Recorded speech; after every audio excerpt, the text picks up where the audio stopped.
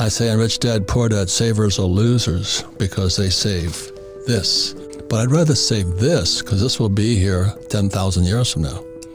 This won't. You can pass it on for generation to generation to generation. I'll be surprised if that paper dollar is here even 10 years from now. I doubt it, yeah. So anyway, we're in very serious trouble here. And this is the hottest subject going. For years I've been saying buy silver because everybody can afford silver. When I offered them this for $3, they went nuts and went, why would I buy that? Because they'd rather have this. That's the lesson. I'm one of the few people who absolutely despise cash for buying gold, and you'd think just the opposite, that I couldn't wait to get cash. But banks don't want it. Try and deposit $20,000 or $50,000 in cash. They'll turn you away and say, well, we got to do this, that, and the other, and we've got to file this form, and we got to do that. Hey, I would rather have a bank wire than cash anytime. But you know what else? I'm thinking down the road. Let's say I acquire $1 million or $2 million in cash that the banks don't want to take.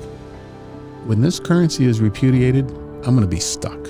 Just like the people in Germany were twice in the 20th century, that they were hauling wheelbarrows full of Deutschmarks for a basket of groceries.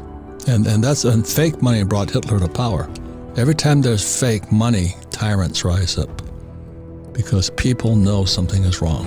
And I've talked to people all the time that are multimillionaires. They sold their business, they did this, that, and the other, and it came into all this cash that's sitting in the bank, and said, well, you think I should buy some gold with some of this? I said, well, you know what they're doing, the dollar. You know that they keep printing them. They can't print gold. Now, you tell me how much you can afford to lose of all that money sitting in the bank, and I would say leave that there and get the rest of it in gold. It's a bigger risk having paper money. It's guaranteed. It's a guaranteed loss. And eventually, these are going to be worthless. And we're in the 51st year of fiat money when Nixon closed the gold window. A currency has never lasted more than 50 years until now. And we're in year 51. Look what they've done in Venezuela. They were one of the richest countries in South America and actually the Western Hemisphere. Look what they've done to Argentina. Look what they've done in Cuba. Look what they've done in Mexico. The same exact economic principles that they broke there. We're doing the same thing here. Somebody asked me once, how many paper currencies have gone broke, have gone worthless over time? And the answer is all of them. All of them. And the ones that people still hold are only on their way. They just haven't arrived at their final destination yet.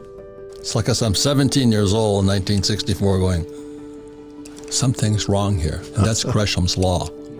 And I think that's one of the reasons I'm a rich person is I know real from fake.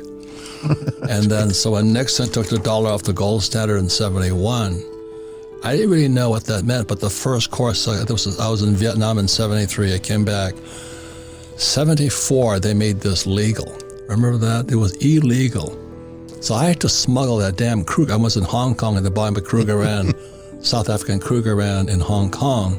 I had to smuggle it into the country. Why was that? It was in 74. Yeah, because it was illegal to own in bullion form. And well, in 73, I brought it in. It was a felony. It was a felony. They could put you in prison for 10 years and charge you $10,000 fine. They made it a felony for Americans, free people, to own monetary gold and silver. Or gold anyway. It was a felony. Was it dangerous? Was it going to blow up? Was it nuclear contamination? Was it kill your neighbors with poison? What was wrong? Well, of course, you know the answer. It's always the same answer. The government grabs all the gold because it wants it for itself, so you can't be allowed to have any. And this was $850. What is this today? $2,050. So why would you save this trash? That's what I'm saying here. It's fake. How about that, to sum it up? That's fake. It's a trick. This is the biggest reason you want to own gold. Because our pensions, as we keep raising interest rates, our 401ks are going down. But not only this, is my book wrote with Ed Siddell, is our pensions are broke. So it's the firefighters, police officers, school teachers, their pensions are gone. So the Fed's going to have to print. That's my whole summation. Well, and what's crazy about it too is that you get your statement online every month and it says, oh my God, look, I have $500,000 in my pension plan. Boy, that's going to last me till the year 2050. It's not going to. The dollar's not going to be there, first of all, and the pensions are gone too. But gold will be there forever. This will be here. This is God's money. I mean, we used to have money for about 5,000 years, but God put it here on the earth. When you read the stories about all the Spanish ships that have sunk over the years coming across the Atlantic, and the explorers go down there, they're not going down there looking for the currency of the realm of the day and see if the paper survived. They're going down there looking for the gold. They're going there looking for the silver. And they find it. And what's amazing is that if this bar had been in the bottom of the ocean for 500 years, it'll still be in this pristine condition. It doesn't rust. It doesn't erode. It will do the same thing now, 500 years later. Ron Paul, he says the difference between if a Spanish ship went down with gold and a Spanish ship went down with dollars, people would stop diving for dollars. They still dive for gold. And it's kind of a funny thing, but it's sad